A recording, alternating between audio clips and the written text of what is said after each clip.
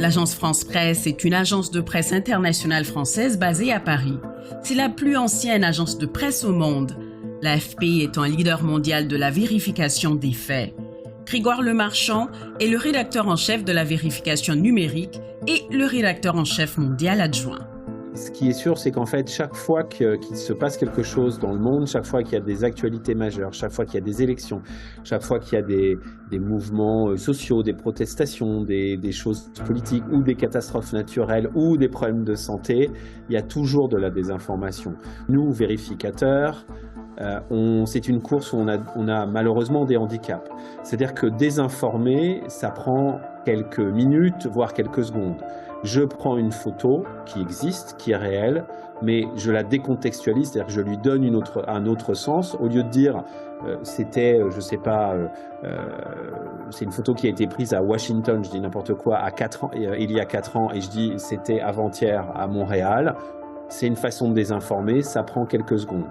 Dans un univers qui est souvent très polarisé, et nous, derrière, on doit aussi souvent ne pas seulement dire que c'est faux, parce que parfois les choses ne sont pas fausses, elles sont présentées de manière biaisée, ça manque de contexte et d'explication.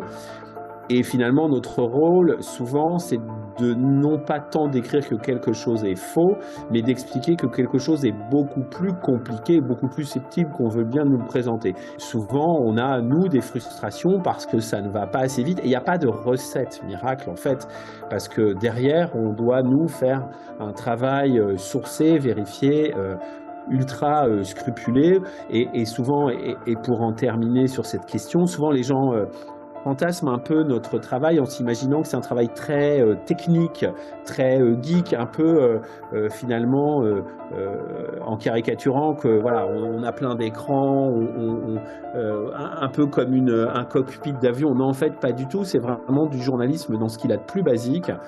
C'est de téléphoner à des gens, c'est de trouver des sources crédibles, autorisées, vérifiées pour justement rétablir la vérité, rétablir les faits et rétablir du contexte.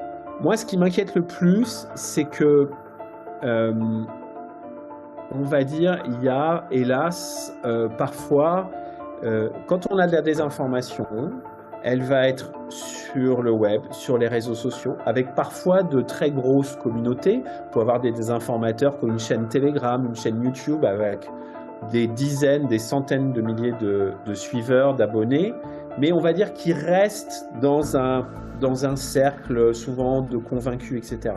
Ce qui m'inquiète, c'est quand, ce qu'on va dire, des médias mainstream, des médias reconnus, vont donner la parole à ces gens-là. Watch and read more about disinformation, cyberbullying, and online harms at cpac.ca/disinformation-and-democracy. Regardez cette émission et lisez davantage sur la désinformation, la cyberintimidation et les méfaits en ligne à cpac.ca/désinformation-et-démocratie.